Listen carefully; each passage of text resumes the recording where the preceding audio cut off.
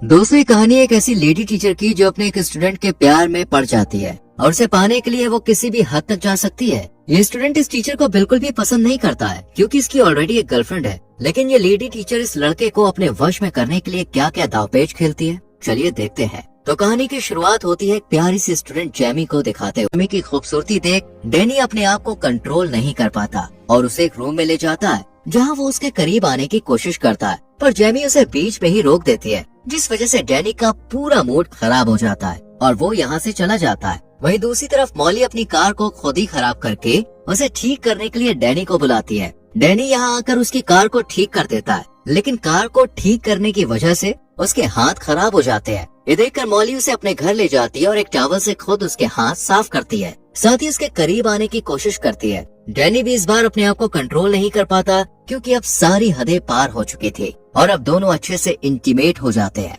अगले दिन जब जेमी मॉली को मैसेज करके एक लोकेशन पर बुलाता है, मॉली को लगता है कि शायद वो अब भी उससे प्यार करता है, इसलिए वो जल्दी से तैयार होकर उस लोकेशन पर पहुंच जाती है और काफी खुश भी होती है। लेकिन उसकी ये खुशी उस वक्त उदासी में बदल जाती है जब डैनी उससे कहता है कि वो सिर्फ जेमी से प्यार करता है और वो उसके साथ कोई रिश्ता नहीं रखना चाहता। ये सुनकर मॉली बहुत ज्यादा अपसेट हो जाती है और डैनी को मनाने की कोशिश करती है, लेकिन वो उसकी एक भी बात नहीं सुनता और यहाँ से जाने लगता है। ये देखकर मॉली को भी बहुत ज्यादा गुस्सा आता है और उसी गुस्से में वो अपनी कार को स्टार्ट कर डैनी को कुचलकर मार देती है। वहीं उसका खून एक कपड़े में भरकर जेमी के कार के बम्पर पर लगा देती है, साथ ही अपना फोन भी जेमी की कार में ही रख देती है ताकि सभी को लगे कि डैनी की मौत के पीछे जेमी का ही हाथ है और उसी ने उसे मारा है। इसके बाद वो मूवी देखने के लिए थिएटर में चली जाती है और मूवी के टिकट को अपने पास संभाल कर रख लेती है, जिससे वो पुलिस को ये दिखा सके कि जिस वक्त डैनी का एक्सीडेंट हुआ था उस वक्त वो थिएटर में मूवी एंजॉय कर रही थी। फिर हम मॉली को ऑनलाइन एक मैकेनिक को ढूंढते हुए देखते हैं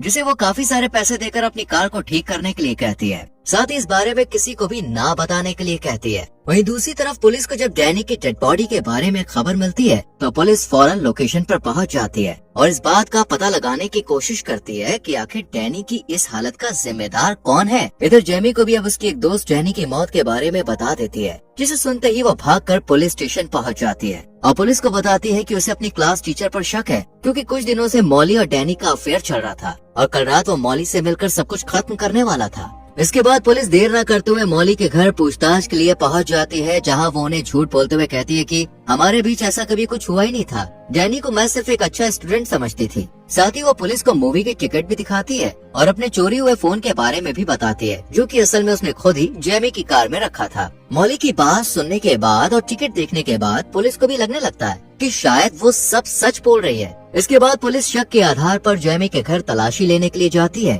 और जब उसकी कार को चेक करती है तब उन्हें कार के बम्पर पर डैनी का खून लगा हुआ मिलता है। साथ ही उन्हें जेमी की कार से मॉली का फोन भी मिल जाता है जिसमें डैनी से मिलने का मैसेज भी आया हुआ था। इन सभी सबूतों को देखते हुए पुलिस जेमी को अरेस्ट कर लेती है, लेकिन जेमी के ऊपर से डैनी के खून का इल्जाम हटा सके इसके लिए वो सबसे पहले कॉलेज जाती है और चुपचाप मॉली के बैग से उसकी कार की चाबी निकाल लेती है और फिर उसकी कार को चेक करती है और तभी उसे उस मैकेनिक के बारे में पता चलता है। वो मैकेनिक के पास जाकर उससे मॉली के बारे में पूछताछ करती है, लेकिन वो उन्हें झूठ बोलते हुए कहता है कि मेरे पास ना तो इस नाम की कोई लेडी आई और ना ही कोई कार आई। ये सुनकर जेमी की मॉम काफी परेशान हो जाती है और वो उदास होकर यहाँ से जाने लगती है कि तभी उनके पास मैकेनिक की एक एम्प्लॉय आती है और सारा सच बता देती है कि किस तरह मॉली ने काफी सारे पैसे देकर अपनी कार को ठीक कराया है। जेमी की मॉम जब उसे पुलिस के सामने यही सच बताने के लिए कहती है तो वो इसके लिए मना कर देती है क्योंकि मैकेनिक उसे जॉब से निकाल देता और ये जॉब उसके लिए बहुत जरूरी थी।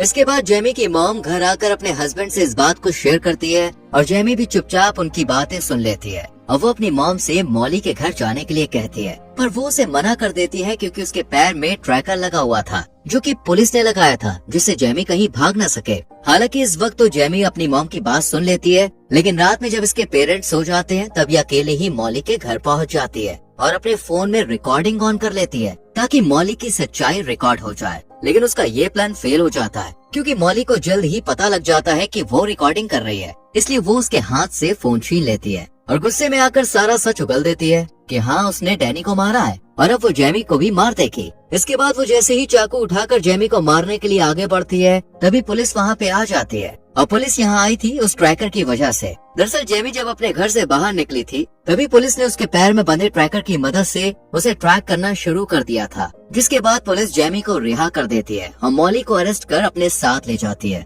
तो दोस्तों, अगर आप डैनी की जगह होते तो आप इस टीचर के साथ क्या करते, कमेंट में जरूर बताना। वीडियो पसंद आई हो तो लाइक और शेयर करके